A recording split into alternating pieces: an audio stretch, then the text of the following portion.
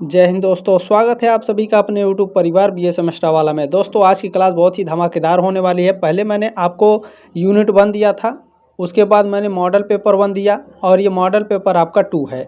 Model paper में क्या होता है, आपके 8 यूनिट होते हैं। 8 यूनिट से जो मोस्ट इंपॉर्टेंट क्वेश्चन है आपके एग्जाम में बनने वाले हैं, उसी को आपके एग्जाम में लिया जाता है। या प्रीवियस ईयर में 2017, 2016, 2020, 2022 या 23 में जो क्वेश्चन पूछे जाते हैं उसी को इंक्लूड किया जाता है, क्योंकि प्रीवियस ईयर वाले क्वेश्चन आपके एग्जाम में आते हैं। ठीक है, ये बात ध्यान रखिएगा। ठीक है, चलिए तो ये क्लास मोस्ट इंपॉर्टेंट है, लास्ट तक जरूर देखेंगे। स्टार्ट करते हैं। बीए फर्स्ट ईयर है, सेकंड सेमेस्टर, सोशियोलॉजी समाजशास्त्र। पेपर का नाम है सोसाइटी इन इंडिया और स्ट्रक्चर ऑर्गेनाइजेशन एंड चेंज। भारत में समाज संरचना, संगठन और परिवर्तन। सॉल्वेंट मॉडल पेपर है एग्जाम 2025 के लिए, और एग्जाम 2026 एग्जाम के लिए भी मोस्ट इंपॉर्टेंट है। ठीक है, अब दीनदयाल उपाध्याय गोरखपुर विश्वविद्यालय की बात करें तो आप लोगों का पेपर कोड SOC 102F है। आपके विश्वविद्यालय का जो भी पेपर कोड होगा दोस्तों, आप लोग कमेंट बॉक्स में कमेंट जरूर करेंगे। सिद्धार्थ यूनिवर्सिटी का डेट शीट आ गया है, 15 अप्रैल से आप लोगों का एग्जाम है। डॉक्टर भीमराव अम्बेडकर यूनिवर्सिटी का डेट शीट आ गया है, लखनऊ यूनिवर्सिटी का। और इसमें देखा जाए ठीक है, इसमें महाराजा सुहेल देव यूनिवर्सिटी का डेट शीट आ गया है। दीनदयाल उपाध्याय गोरखपुर विश्वविद्यालय की भी डेट शीट जल्द ही आने वाली है, यानी अप्रैल लास्ट, यानी देखें 20 अप्रैल के बाद लगभग सारे यूनिवर्सिटी के जो एग्ज़ाम्स है वो शुरू हो जाएंगे। या फिर अप्रैल के बाद मई आता है, मई में आपके 10 तारीख के अंदर सारे जितने भी यूनिवर्सिटी हैं सभी के एग्ज़ाम शुरू हो जाएंगे। ये बात ध्यान रखिएगा। ठीक है, चलिए तो एग्ज़ाम बहुत ही नज़दीक है और सभी बच्चे प्लीज़ इस क्लास को शेयर कर दीजिएगा। उत्तर प्रदेश में किसी भी यूनिवर्सिटी से आप देख रहे हैं, या किसी भी उससे अफिलिएटेड कॉलेज है, या फिर बिहार में किसी भी यूनिवर्सिटी में पढ़ रहे हो, या झारखंड या फिर राजस्थान, भारत के किसी भी यूनिवर्सिटी में पढ़ रहे हो, ये सभी क्लास आपके लिए इम्पोर्टेंट है। यदि आपके पेपर का नाम सेम है तो आप इस क्लास को अटेंड करिएगा, नहीं तो नहीं करना है। ठीक है, चले बिना देरी के स्टार्ट करते हैं। फर्स्ट क्वेश्चन आपका पूछा गया है, हिंदू विधवा पुनर्विवाह अधिनियम पारित हुआ। हिंदू विधवा पुनर्विवाह अधिनियम पारित हुआ था 1856 में। ठीक है, फर्स्ट ऑप्शन आपका इसमें करेक्ट है। नेक्स्ट क्वेश्चन है, विवाह प्रजनन परिवार की स्थापना की सामाजिक रूप से संस्तुति है, यह कथन है। यह स्टेटमेंट गिलीन तथा गिलीन का है। फर्स्ट ऑप्शन आपका राइट है।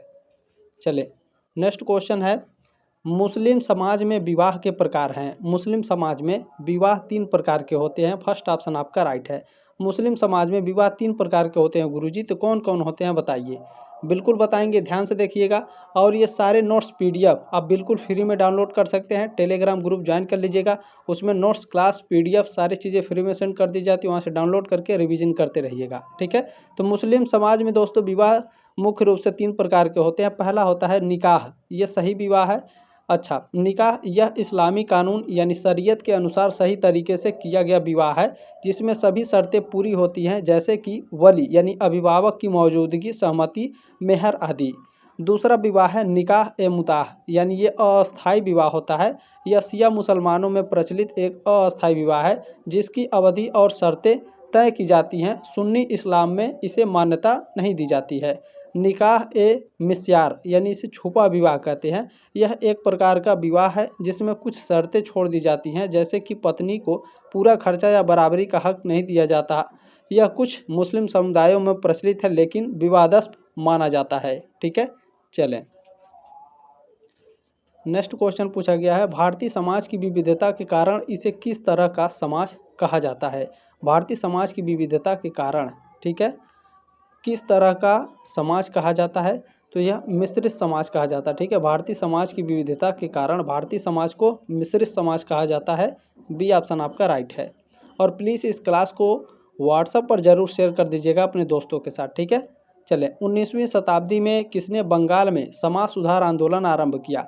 राजा राम मोहन राय ने 19वीं शताब्दी में बंगाल में समाज सुधार आंदोलन प्रारंभ किया था। फर्स्ट ऑप्शन आपका राइट है। ठीक है, देखें 19वीं शताब्दी में बंगाल में समाज सुधार आंदोलन की शुरुआत राजा राम मोहन राय ने की थी, और उन्होंने ब्रह्म समाज की स्थापना 1828 में की थी, जो कि इस आंदोलन का एक महत्वपूर्ण संगठन था। ठीक है, पूछा जाता है आपके एग्जाम में कि आपका जो ब्रह्म समाज है इसकी स्थापना किसने की थी। राजा राम मोहन राय ने। कब की थी? 1828 में। चले नेक्स्ट क्वेश्चन देखिए, आप लोगों से पूछा जा रहा है, लोगों के साथ किस आधार पर भेदभाव होता है। लोगों के साथ आर्थिक आधार पर भेदभाव होता है, लिंग, जाति, धर्म के आधार पर भी, भाषा तथा विकलांगता के आधार पर भी, इन सभी पर भी आपके लोगों के साथ भेदभाव किया जाता है। ठीक है, डी ऑप्शन आपका राइट है, उपरोक्त सभी। नेक्स्ट क्वेश्चन है, एक समूह के सदस्यों द्वारा दूसरे समूह के बारे में पूर्व कल्पित विचार या व्यवहार होता है, अंधविश्वास, रूढ़िवादिता या पूर्वाग्रह या सभी। तो एक समूह के सदस्यों द्वारा दूसरे समूह के बारे में पूर्व कल्पित या विचार व्यवहार जो होता है ये पूर्वाग्रह होता है। सी ऑप्शन आपका राइट है। अच्छा दोस्तों, आपको किसी भी क्वेश्चन में कोई डाउट है, ऐसा लगे कि आपको कि ये क्वेश्चन मुझे गलत लग रहा है, तो आप लोग इस नंबर पर हमें स्क्रीनशॉट लेकर सेंड कर सकते हैं। आपके डाउट मैं क्लियर कर दूंगा। डाउट सेशन के लिए आपको एक भी पैसा नहीं देना है। एग्ज़ाम के बाद अपना क्वेश्चन पेपर भी आप इसी नंबर पर व्हाट्सअप कर सकते हैं ताकि मैं आपको आंसर की प्रोवाइड करा सकूँ। ठीक है, चले नेक्स्ट क्वेश्चन है, सामाजिक संसाधनों की पूंजी में कितने रूप में विभाजित किया जा सकता है? सामाजिक संसाधनों को पूंजी में कितने रूप में विभाजित किया जा सकता है बाबू? तो इसको विभाजित किया जाता है 3 रूपों में। कैसे कैसे? तो सामाजिक पूंजी को 3 रूपों में विभाजित किया जा सकता है। पहला है आर्थिक पूंजी, दूसरा है सांस्कृतिक पूंजी और तीसरा है सामाजिक पूंजी। ठीक है, क्लियर हुआ? बी ऑप्शन आपका करेक्ट है। नेक्स्ट क्वेश्चन है, किसने राष्ट्रीय उपवन की अवधारणा का प्रयोग जनजाति समस्याओं के निराकरण हेतु किया? तो किसने किया? वेरियर एल्विन ने। सी ऑप्शन आपका राइट है। नेक्स्ट क्वेश्चन है कि एक धर्म के अंतर्गत अलग अलग वैचारिकी के आधार पर विकसित होने वाली मुख्य शाखाओं को कहा जाता है? संप्रदाय कहा जाता है। सी ऑप्शन आपका राइट है। कैसे? अच्छा, कह क्या रहा है, एक धर्म के अंतर्गत, यानी एक धर्म है उसके अंतर्गत अलग अलग विचार हैं।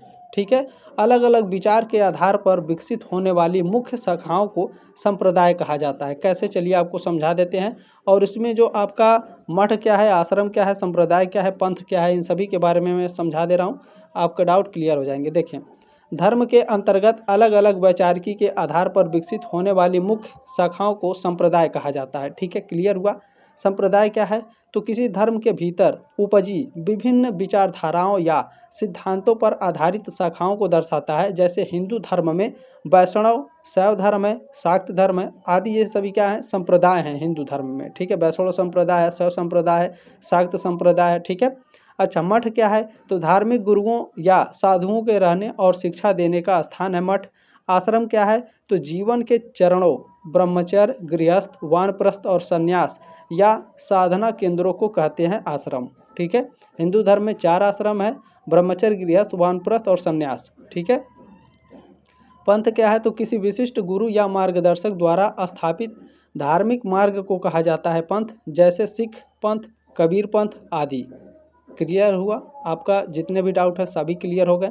क्लास अच्छा लग रहा है प्लीज़ एक लाइक ज़रूर कर दीजिएगा ताकि यूट्यूब ज़्यादा से ज़्यादा इस क्लास को बाकी बच्चों के पास रिकमेंड करे। जितना ज़्यादा लाइक रहेगा उतना ज़्यादा यूट्यूब रिकमेंड करता है, तो प्लीज़ शेयर जरूर करेंगे आप लोग भी और यूट्यूब भी। ठीक है, चलें, निम्नांकित में से कौन सा वर्ग की विशेषता नहीं है? बताइए कौन सा वर्ग की विशेषता नहीं है इन चारों में से? बिल्कुल, देखें, वर्ग चेतना, वर्ग ध्रुवीकरण और वर्ग संघर्ष, ये वर्ग की विशेषता है। सदस्यों की प्रदत्त स्थिति, ये वर्ग की विशेषता नहीं है। ठीक है, डी ऑप्शन आपका राइट है 11 का। नेक्स्ट क्वेश्चन आपसे पूछा जा रहा है, सन 1953 में नियुक्त प्रथम पिछड़ा वर्ग आयोग के अध्यक्ष कौन थे? इसके अध्यक्ष काका कालेलकर थे। ठीक है, 1953 में नियुक्त प्रथम पिछड़ा वर्ग आयोग के अध्यक्ष काका कालेलकर थे। बी ऑप्शन आपका राइट है। अच्छा, 1953 में पिछड़ा वर्ग आयोग बनाया गया था 1953 में। ठीक है, ये बात ध्यान रखिएगा। चले, नेक्स्ट क्वेश्चन है, भारतीय विद्याशास्त्री उपागम के आधार पर किसने नातेदारी व्यवस्था का विश्लेषण किया? तो इरावती कर्वे ने किया। ठीक है, भारतीय विद्याशास्त्री उपागम के आधार पर इरावती कर्वे ने नातेदारी व्यवस्था का विश्लेषण किया है। डी ऑप्शन आपका राइट है। नेक्स्ट क्वेश्चन है मोस्ट इंपॉर्टेंट, एम.एन. श्रीनिवास के अनुसार भारतीय ग्रामों की सामाजिक आर्थिक संरचना प्रभावित होती है, किससे प्रभावित होती है? प्रभु जाति से, संस्कृति से नहीं, प्रभु जाति से। कैसे? चलिए आपको एक्सप्लेन करके मैं बता देता हूँ। ठीक है, देखिए एम.एन. श्रीनिवास के अनुसार भारतीय ग्रामों की सामाजिक आर्थिक संरचना प्रभावित होती है प्रभु जाति से। ठीक है, श्रीनिवास ने अपने अध्ययनों में प्रभु जाति यानी जो डोमिनेंट कास्ट है उसकी अवधारणा पर जोर दिया था। उनके अनुसार ग्रामीण समाज की सामाजिक आर्थिक और राजनीतिक संरचना में प्रभु जाति की महत्वपूर्ण भूमिका होती है।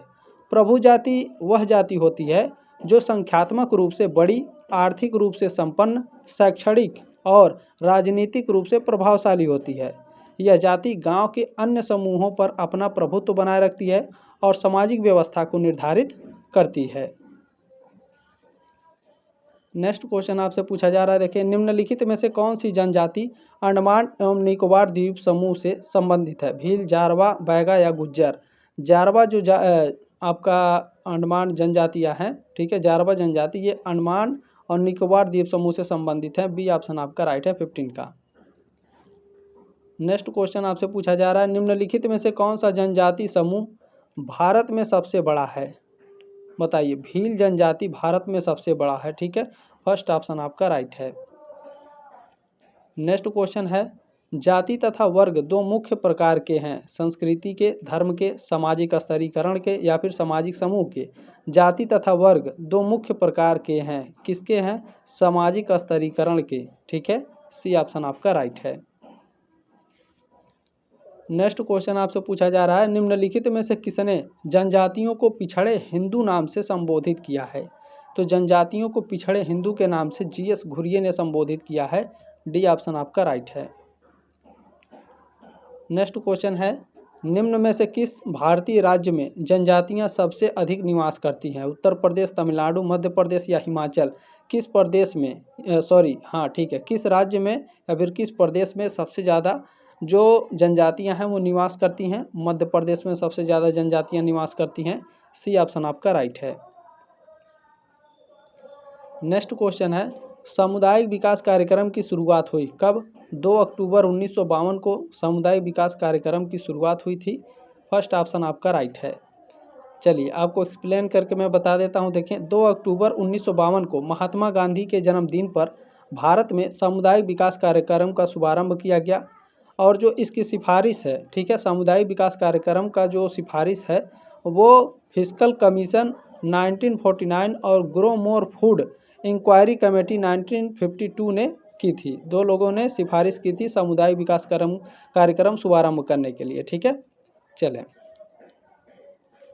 नेक्स्ट क्वेश्चन है, स्वर्ण जयंती ग्राम स्वरोजगार योजना यानी SGSY प्रारंभ हुई 1 अप्रैल 1999 को। फर्स्ट ऑप्शन आपका राइट है। नेक्स्ट क्वेश्चन आपसे पूछा गया, देखें अंत्योदय योजना सर्वप्रथम किस राज्य में आरंभ की गई? अंत्योदय योजना ये आरंभ की गई थी राजस्थान में। फर्स्ट ऑप्शन आपका राइट है 22 का। ठीक है, कब की गई थी ये भी तो पूछा जाएगा, ध्यान रखिएगा। सरकार द्वारा इसे 25 दिसंबर सन 2000 को लॉन्च किया गया था और पहली बार राजस्थान में लागू किया गया था। नेक्स्ट क्वेश्चन है, DN मजुमदार द्वारा उन जनजातियों के लिए जो अपने परंपरागत संस्कृति से अलग हो गई हैं निम्न पद का प्रयोग किया गया है।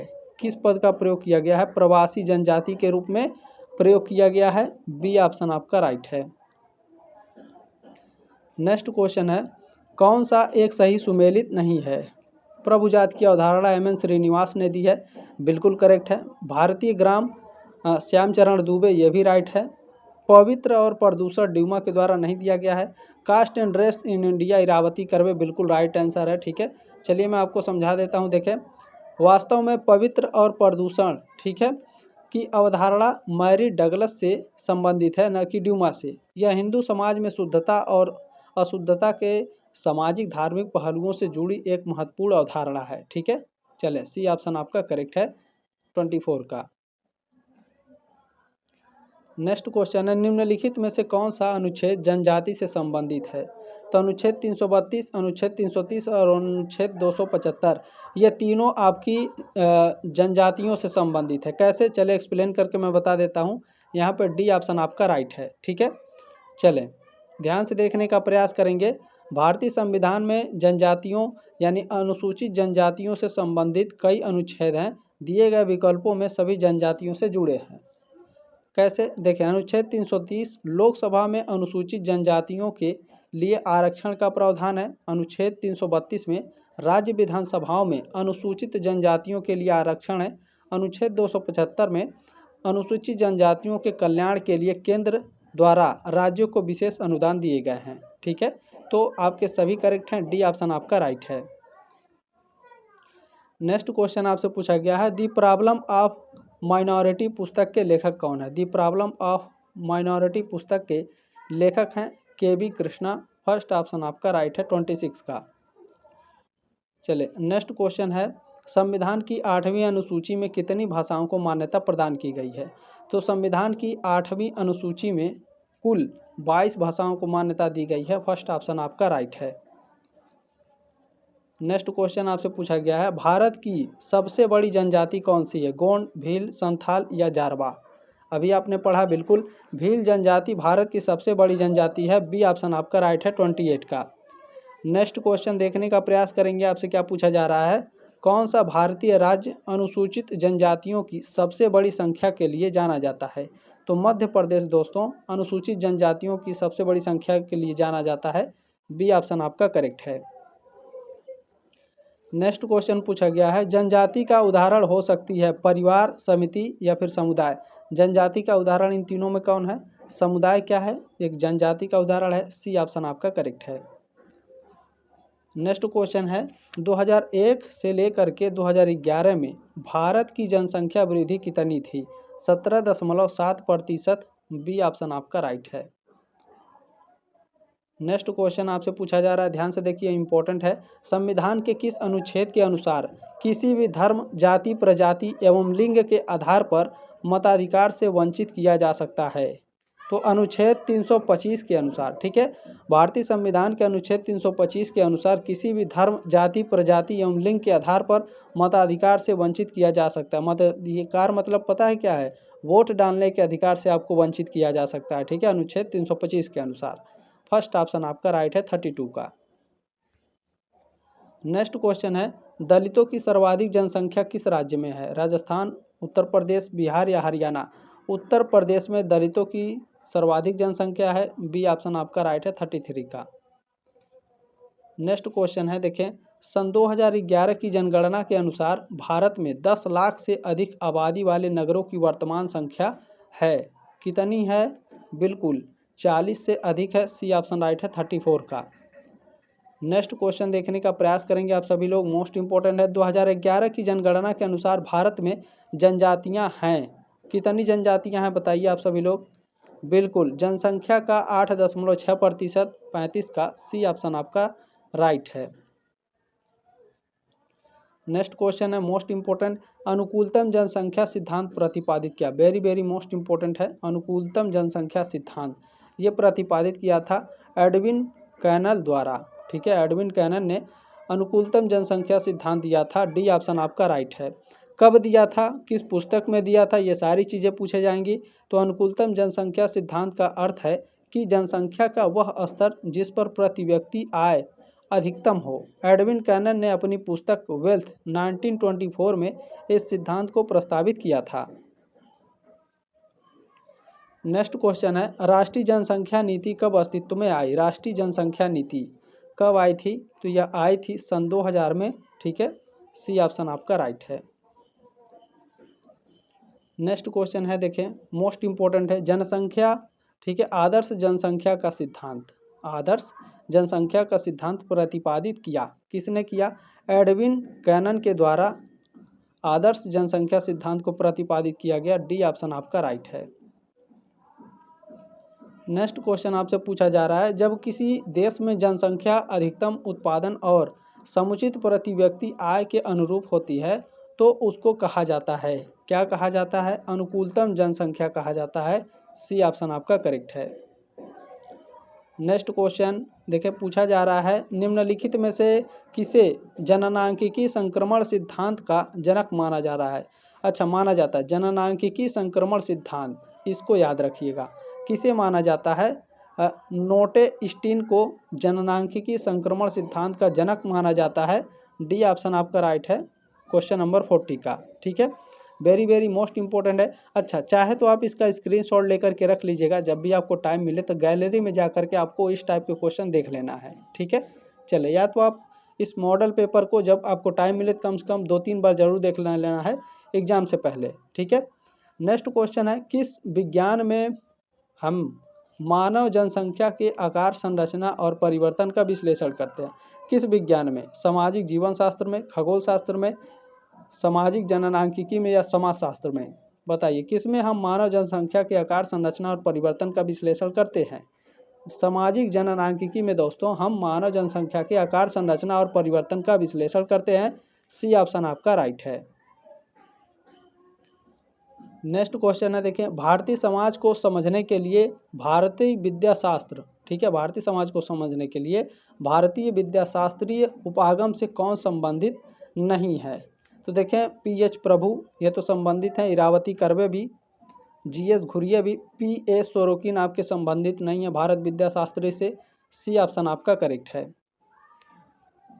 नेक्स्ट क्वेश्चन है, निम्नांकित में से कौन सी विशेषता नगर तथा गांव में समान रूप से पाई जाती है? कौन विशेषता है जो नगर में भी पाई जाती है और गांव में भी पाई जाती है? कौन सी विशेषता है? बिल्कुल, आर्थिक प्रतियोगिता, राजनैतिक गुटबंदी और नई प्रौद्योगिकी का उपयोग। ये नगर और गांव में दोनों में पाई जाती हैं सभी, ठीक है। डी ऑप्शन आपका राइट है।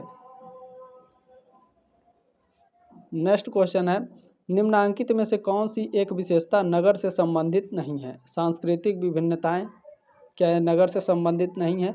अनौपचारिक संबंध, विकसित प्रौद्योगिकी या फिर प्रतिस्पर्धा? बताइए आप सभी लोग।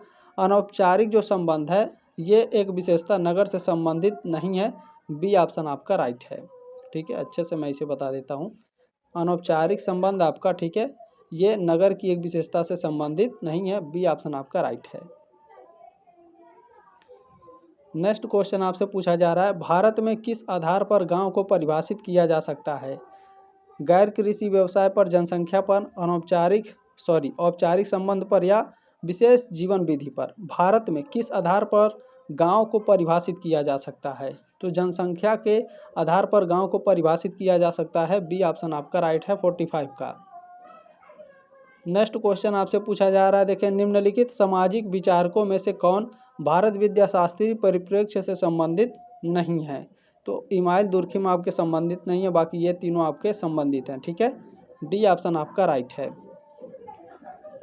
नेक्स्ट क्वेश्चन आपसे क्या पूछा जा रहा है, देखें, भारतीय समाज के अध्ययन का जो उपागम प्राचीन धर्म ग्रंथों, सांस्कृतिक प्रतीकों और पुरातात्विक प्रमाणों पर आधारित है उसे कहा जाता है। उसे क्या कहा जाता है? तो उसे कहा जाता है ऐतिहासिक उपागम, ठीक है। डी ऑप्शन आपका राइट है। नेक्स्ट क्वेश्चन है, देखें, भारत विद्याशास्त्री उपागम के आधार पर किसने भारतीय परंपरा का अध्ययन किया? भारतीय विद्याशास्त्री के आधार पर, ठीक है, किसने भारतीय विद्याशास्त्री उपागम के आधार पर किसने भारतीय परंपरा का, ठीक है, भारतीय परंपरा का अध्ययन किया? किसने किया है? बिल्कुल राइट आंसर आप लोगों का राधा कमल मुखर्जी, बहुत अच्छे। डी ऑप्शन आपका राइट है। चलें, नेक्स्ट क्वेश्चन देखिए, वन अधिकार अधिनियम किस वर्ष पारित किया गया था? वन अधिकार अधिनियम सन 2006 में पारित किया गया था। बी ऑप्शन आपका राइट है। नेक्स्ट क्वेश्चन है, ये एक स्टेटमेंट है, किसने कहा कि भारत में सामाजिक स्तरीकरण शुद्धता और प्रदूषण पर आधारित है? ये स्टेटमेंट लुई ड्यूमा का है। सी ऑप्शन आपका राइट है। नेक्स्ट क्वेश्चन है, भारत के इंडोलॉजिकल परिप्रेक्ष्य के विचारक कौन है? भारत के इंडोलॉजिकल परिप्रेक्ष्य के विचारक जीएस घुरिये हैं। फर्स्ट ऑप्शन आपका राइट है। नेक्स्ट क्वेश्चन है, गोरासिम लेबेदेव कहाँ के इंडोलॉजी माने जाते हैं? रूसी इंडोलॉजी हैं, ठीक है। गोरासिम लेबेदेव ये रूसी इंडोलॉजी हैं। बी ऑप्शन आपका राइट है, 52 का। नेक्स्ट क्वेश्चन है, देखिए, इंडोलॉजिकल स्कूल के रूप में इंडोलॉजिकल स्कूल के मुख्य योगदानकर्ता कौन है? इंडोलॉजिकल स्कूल के मुख्य योगदानकर्ता कौन है? सरकार, जीएस घुरिये, लुईस ड्यूमा नाम है इनका, ठीक है, या फिर सभी? बताइए आप सभी लोग। बिल्कुल बिल्कुल राइट आंसर है। देखें, ये सभी आपके राइट आंसर हैं। डी ऑप्शन आपका करेक्ट है, ठीक है। नेक्स्ट क्वेश्चन देखिए, आपसे क्या पूछा जा रहा है, इतिहास में इंडोलॉजी का अकादमी अध्ययन क्या है? भारतीय उपमहाद्वीप के इतिहास का अध्ययन, संस्कृतियों, भाषाओं और साहित्य, इन सभी का अध्ययन है। डी ऑप्शन आपका राइट है 54 का। ठीक है, चले नेक्स्ट क्वेश्चन है कि भारतीय समाज के अध्ययन के लिए संरचनात्मक प्रक्रियात्मक परिप्रेक्ष्य को अपनाया, तो किसने अपनाया था बताइए सभी लोग। बिल्कुल योगेंद्र सिंह ने, फर्स्ट ऑप्शन आपका राइट है 55 का। नेक्स्ट क्वेश्चन है लेबिरेट का अर्थ है किसी व्यक्ति को अपने मृत भाई की विधवा से विवाह करना, और दूसरा है किसी व्यक्ति का अपनी मृत पत्नी की बहन से विवाह। ये दोनों आपके लेबिरेट के अर्थ हैं। सी ऑप्शन आपका राइट है, ए और बी दोनों करेक्ट हैं। नेक्स्ट क्वेश्चन है कि बहिर्विवाह से तात्पर्य विवाह करने की प्रथा से है। विवाह की करने की कौन सी प्रथा से है बहिर्विवाह? अपने सामाजिक या सांस्कृतिक समूह से बाहर विवाह करना बहिर्विवाह से तात्पर्य, ठीक है ना। फर्स्ट ऑप्शन आपका राइट है। नेक्स्ट क्वेश्चन देखिए आपसे क्या पूछे जा रहे हैं। एक समय में केवल एक ही जीवन साथी रखने की प्रथा को इस रूप में जाना जाता है, एक विवाह के रूप में जाना जाता है। फर्स्ट ऑप्शन आपका करेक्ट है। नेक्स्ट क्वेश्चन आपसे पूछा गया है निम्नलिखित में से कौन मातृवंशी परिवार प्रणाली का पालन करता है? तो केरल के नायर के जो जनजातियां हैं ये मातृवंशी प्रणाली का पालन करते हैं, ठीक है। फर्स्ट ऑप्शन आपका राइट है। नेक्स्ट क्वेश्चन आपसे पूछा जा रहा है, देखिए निम्नलिखित में से कौन सी संयुक्त परिवार की विशेषता नहीं है? संयुक्त परिवार की विशेषता कौन कौन सी है पहले आप लोग ये जानिए, ठीक है। तो सामान्य संपत्ति, सामान्य रसोई, ठीक है, निश्चित पदानुक्रम, ये संयुक्त परिवार की विशेषता है। सीमित आकार, ये संयुक्त परिवार की विशेषता नहीं है। सी ऑप्शन आपका राइट है, ठीक है। नेक्स्ट क्वेश्चन है भारत का सबसे बड़ा धार्मिक समुदाय कौन सा है? भारत का सबसे बड़ा धार्मिक समुदाय हिंदू है। फर्स्ट ऑप्शन आपका राइट है।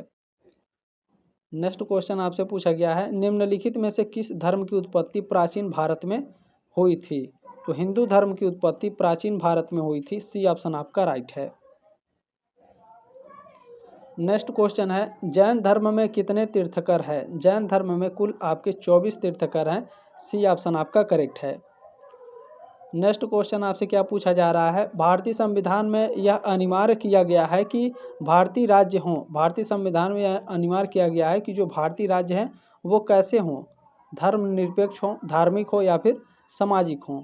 बिल्कुल धर्मनिरपेक्ष हों। भारतीय संविधान में यह अनिवार्य किया गया है कि जो भारतीय राज्य हैं वो क्या हो? धर्मनिरपेक्ष हों, ठीक है। सी ऑप्शन आपका राइट है।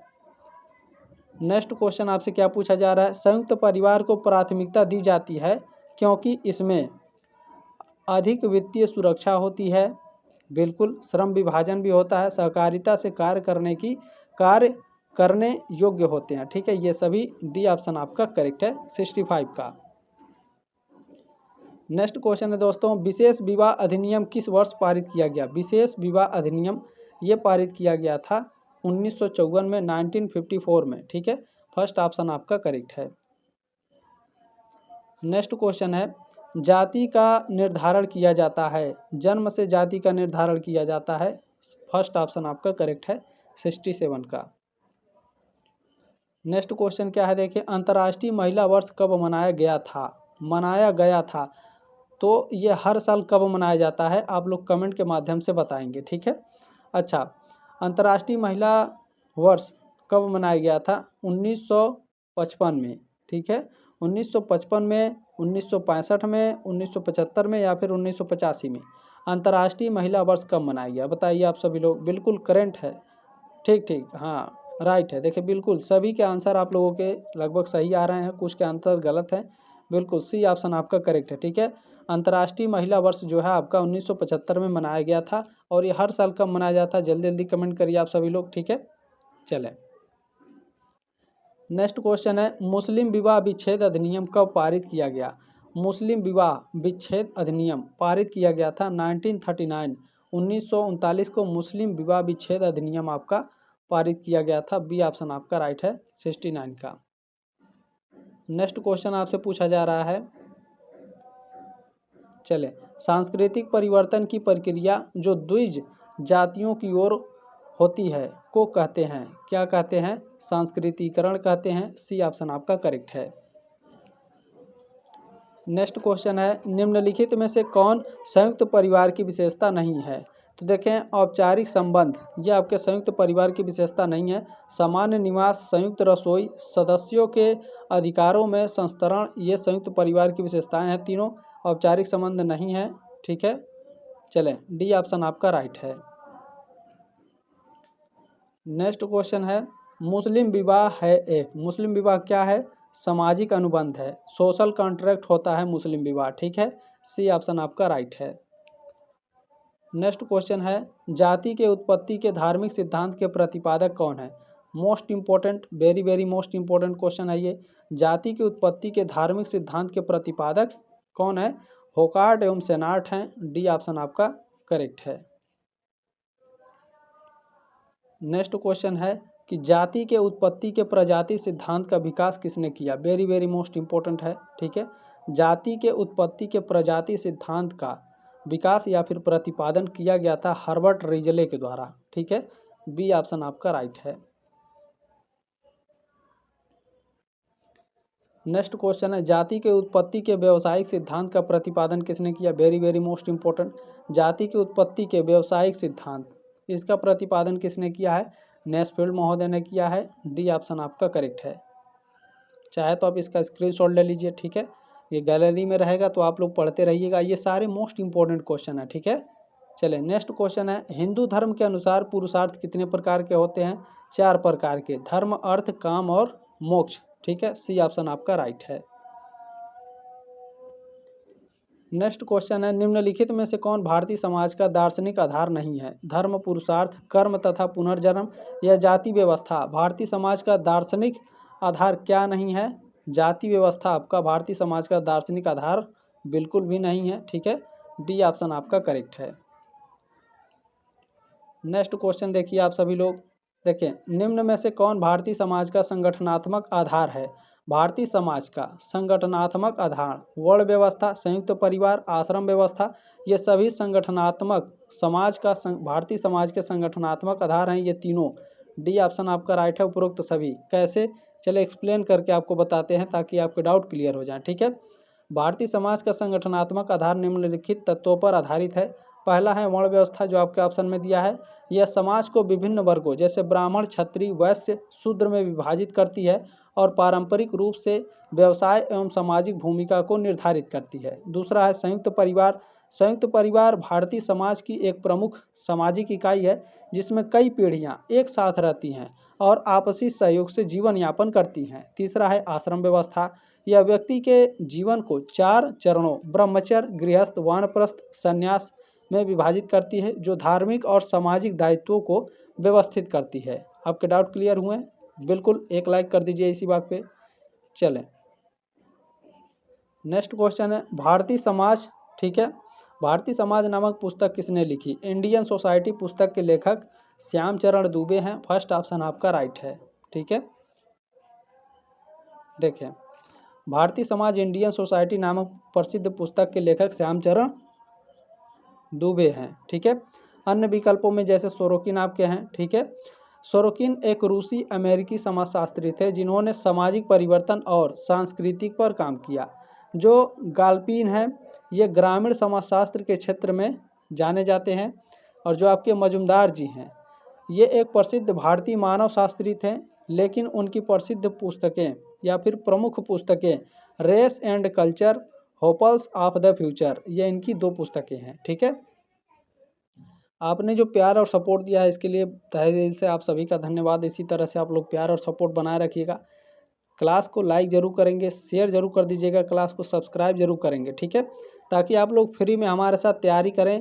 3rd semester, 4th semester, 5th semester और 6th सेमेस्टर 2 साल और तैयारी करेंगे आप हमारे साथ एकदम ज़बरदस्त तरीके से। ठीक है, चलें भारत में राष्ट्रीय परिवार नियोजन कार्यक्रम की शुरुआत कब की गई? भारत में राष्ट्रीय परिवार नियोजन कार्यक्रम, ठीक है, इसकी शुरुआत की गई थी 1952 में। ठीक है, बी ऑप्शन आपका राइट है 80 का। क्लास कैसा लगा कमेंट के माध्यम से अपनी राय कमेंट बॉक्स में ज़रूर रखिएगा। जल्दी मिलेंगे आपके नेक्स्ट क्लास में, तब तक के लिए जय हिंद, वंदे मातरम।